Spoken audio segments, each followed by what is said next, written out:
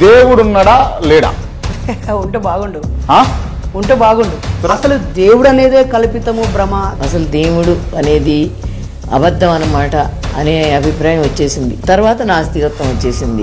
ప్రశ్న ముందు దేవుడు నిలబడు, నిరూపణకు రాడు. అది కేవలం నమ్మకాలు మాత్రమే. దేవుడు లేడు, దేవుడు లేడు, లేడు, లేడు.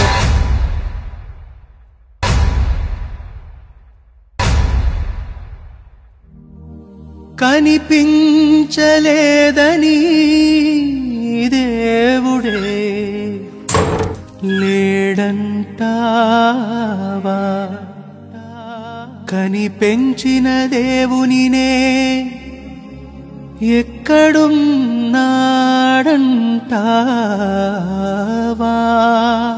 ఈ ప్రపంచంలో మనిషి ఊహకందని ఎన్నో విషయాలు ఉన్నాయని, వాటిని మనం బాగా పరిశీలిస్తే దేవుడు ఉన్నాడని తెలుస్తుందని చెప్పారు.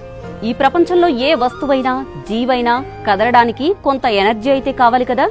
మరి ఆ ఎనర్జీ ఎక్కడి నుంచి వస్తోంది? ఎవరు సృష్టిస్తున్నారని ఆలోచించారా? ఇంతటి అద్భుతమైన ఏర్పాటు వెనుక ఏదో శక్తి ఉందని అన్నారు. ప్రపంచం ఇంత ఖచ్చితంగా ఉండటం బహుశా దేవుడు చేసి ఉంటాడని, ఆయన గణిత మేధావి అయ్యుంటాడని విల్లీ వివరించారు. పాలించు తండ్రివి, మము పరిపాలించు పరిశుద్ధునివి.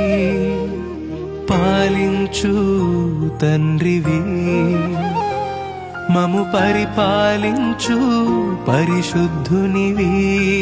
ప్రతి మనిషికి ప్రాణమిచ్చిన ప్రాణదాతవు నీవు.